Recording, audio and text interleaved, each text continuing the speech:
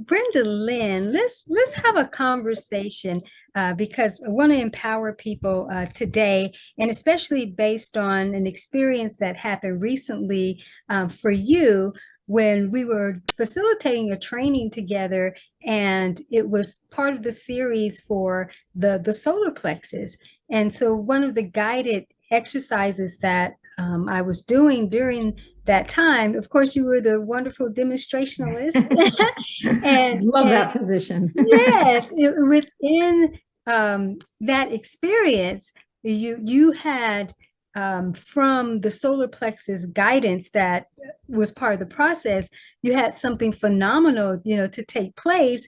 And then after that, we ended up having a session aside from the training we were doing together. So I thought it would be great if we actually could provide kind of that story for other people and then Right. have some conversation around it. So I can kind of set it up in terms of what, the exercise was taking participants into a different dimension of the solar plexus. Yeah. And then, of course, you were going through the process yourself. And from there, that's when that experience happened, and you were able to, we want to talk about the sunflower that came up. Yeah, absolutely. Yeah, so you want to Absolutely. share about that, and then we can segue into, what happened when we were in a session that then illuminated that. So do you want to talk about that? Yeah. So what I remember is the session that we did on the solar plexus. And that was what we were facilitating together, and you were doing. Yeah, you were in the, if you want to call it, the hot seat. So hot seat, yeah. You were in the demonstration seat, having your own process and going into that dimension of the solar plexus wisdom, and then the imagery that came up for you in terms of the sunflower. But the other experience happened after that. And yes, when we absolutely. were. So do you want to talk about that part in terms of the afterwards? Yeah, like I think we will set it up and take them through kind of the process that I experienced when I was going through this. So let me just start, and you can jump in wherever you need to. Yes. First off, all the work that I've done with the 7 chakras, and I've got deep dives on each of the chakras and publications, but this is the one for the solar plexus chakra, harnessing your solar plexus chakra power. But I've always used the sunflower when I, as an image for that solar plexus chakra, because it's the sun. It's the sun. Right. And it just kind of, to me, it's the most vivid representation of the sun and the color of yellow light that comes in there. So then when we went into the experience that you took me through into the other dimensions of... Yeah, because it was with the solar plexus and the root chakra being kind of companions, I believe, in that particular training.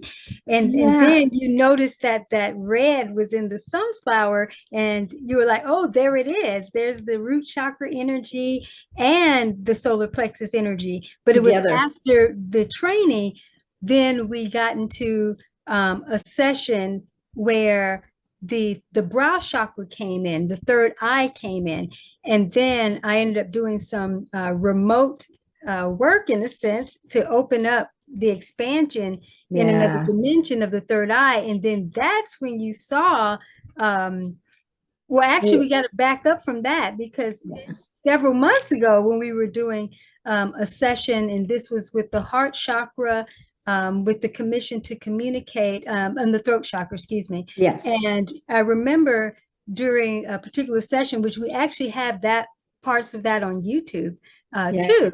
And so I'll make sure we link that in the description. Perfect. But you had this experience where we were doing, the dimensional work, and in your visioning, you had this slingshot moment where you saw yourself being pulled back in the slingshot and then released.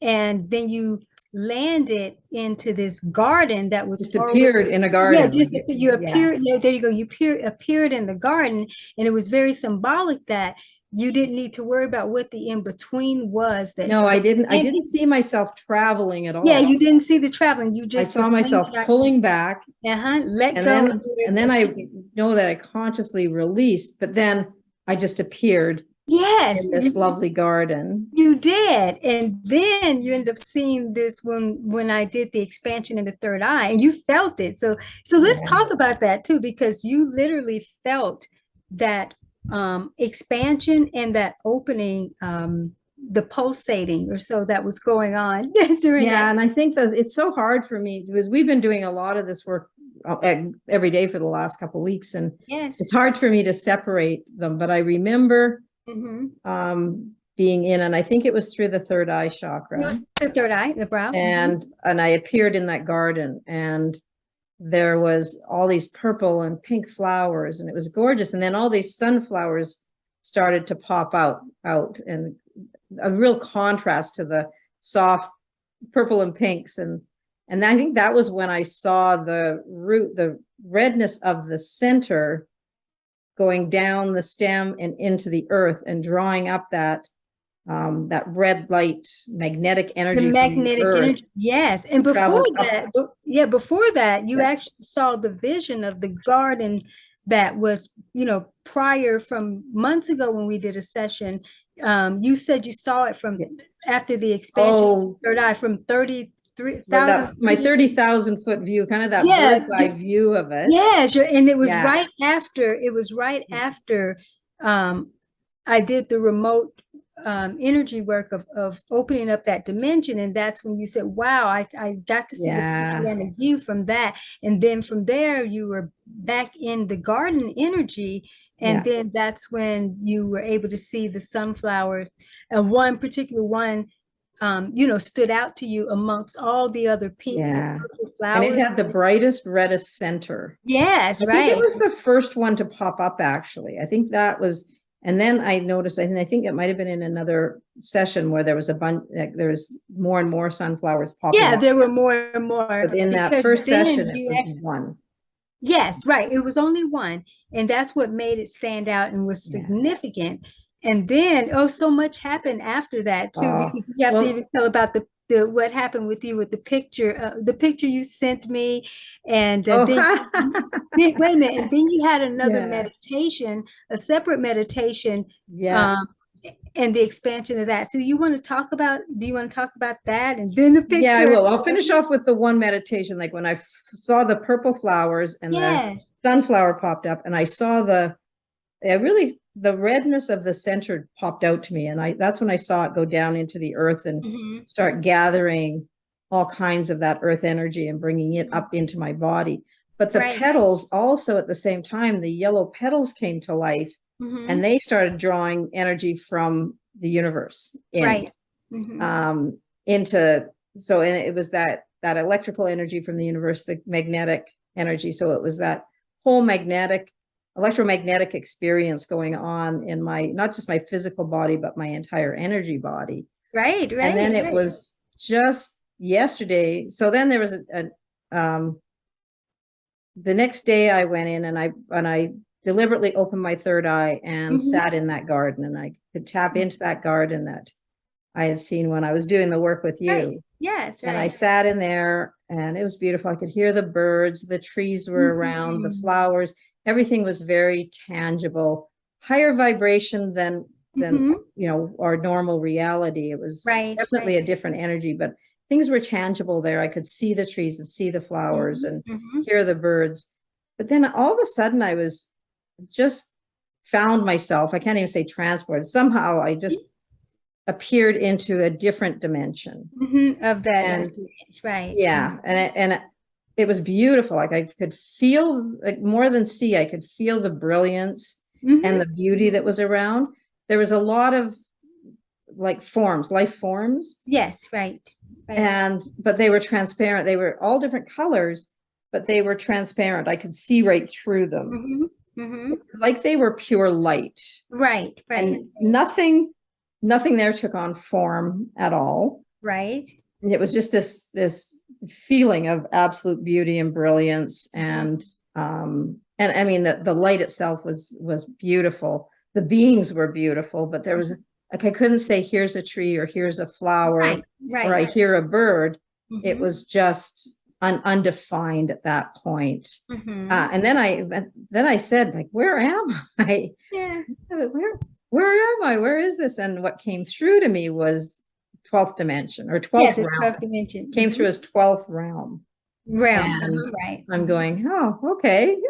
And then it makes sense because we, you know, some of the work that we had done prior within, you know, the fifth, going up from the fifth to the seventh dimension in one of the chakras.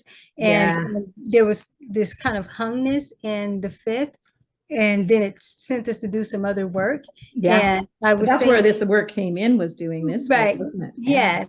And I was saying that there's something there because I felt energy kind of stacking in a sense. And my mind was trying to kind of add up. And so 12 was what came up in my, you know, in my consciousness.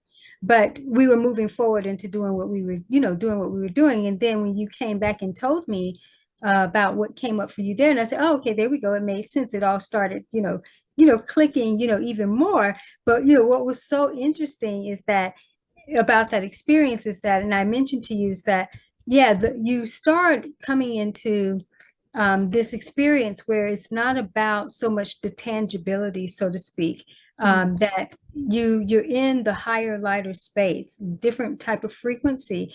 And it's more of the co-creative energy in terms of life being more like a canvas.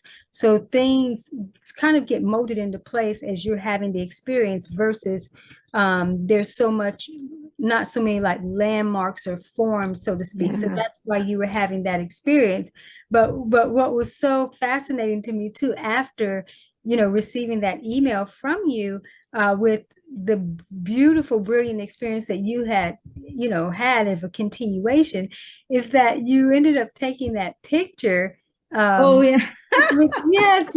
with the sunflower, where you were the sunflower.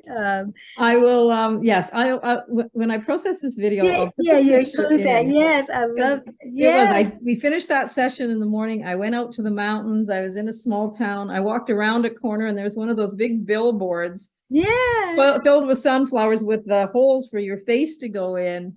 And I had to stick my face in there and take a picture to send to you because it was and that was magnificent. The timing was so synchronous. The synchronicity, the timing, and just considering everything that, you know, that we have been doing.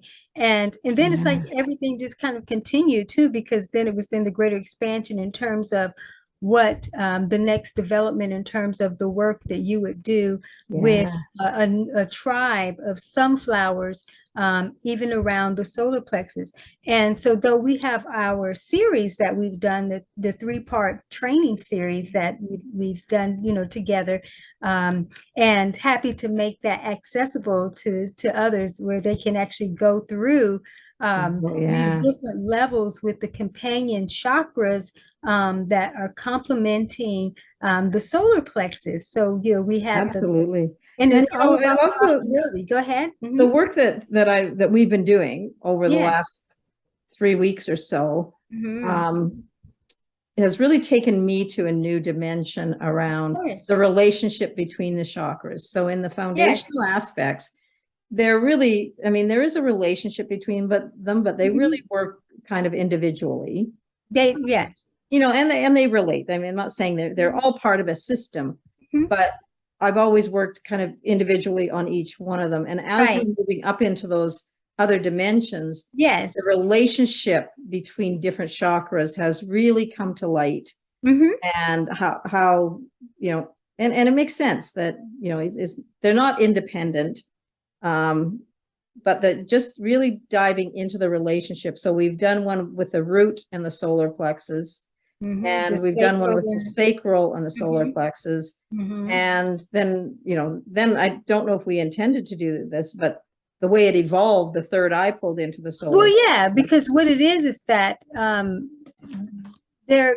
well, you know, like in other sessions that we've done and other trainings too, even aside from the set that we've done recently, even some we did last year, is that within this other experience, there's always the opportunity for companion chakras to come in, even when you're focused on one. And so that's kind of part of the processes that the experience that I create and open up is coming from when you're not so much grounded in the traditional formats. When we're in the new colors, new dimensions, my work around that is where different chakras come in. Like, remember, just even recently, one of the trainings that we facilitated together, and you were in the demonstrationist seat there too, where you actually would focus in on two chakras at one time, or whatever the representation was for focal points, for those, whether the colors or gems or however. And so, so there's always that opportunity where companion energy will come in and be a support, be supportive to. But they also, they come in, they come in those different realms and they support. Yes. Also, but it's more than that. Over because the original chakra can support. This is what I found when we were working with the solar plexus, and then we popped up into the third eye.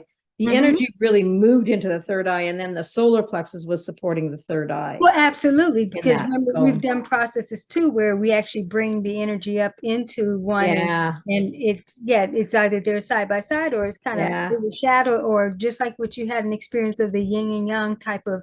That was where we were doing. That was the heart. That we were doing the heart. And so the thing about it is that, those companions come in at different times. And so, like, we've done a lot of these different processes. It's just, it's amazing how the formalities that take on when having this experience. So one of the reasons why we wanted to bring this to the public, so to speak, to talk about it is because it's very accelerated work, and it's very much the time for this greater expansion to be taking place with others.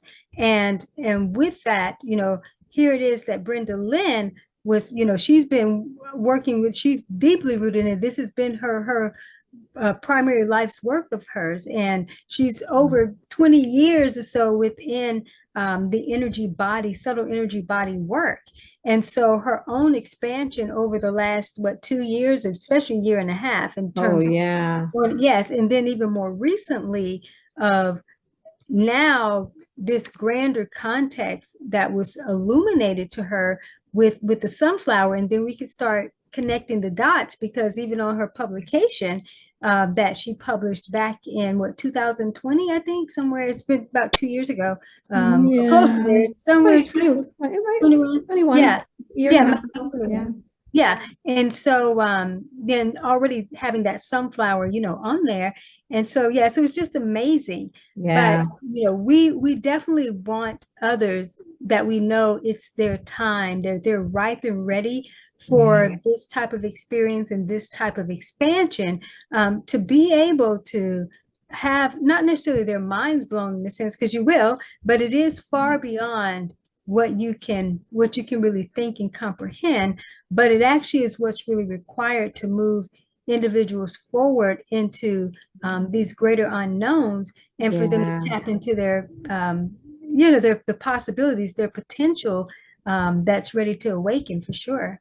Yeah, absolutely. And what I love about this work is it's not us directing others what to do. We put out the questions and let them find. So for me, we went from the solar plexus up to the third eye. It could be somebody else goes solar plexus to the throat, or solar plexus to the heart. And that's happened several times, It's just a very individual experience. And although we're providing a framework, the actual work and the answers and this insights that come are very unique to each individual. Absolutely. But it's what they need in order to move them forward into those higher vibrations, into the higher realms. Absolutely. And it's a very practical experience, as well. This breath work involved, for sure.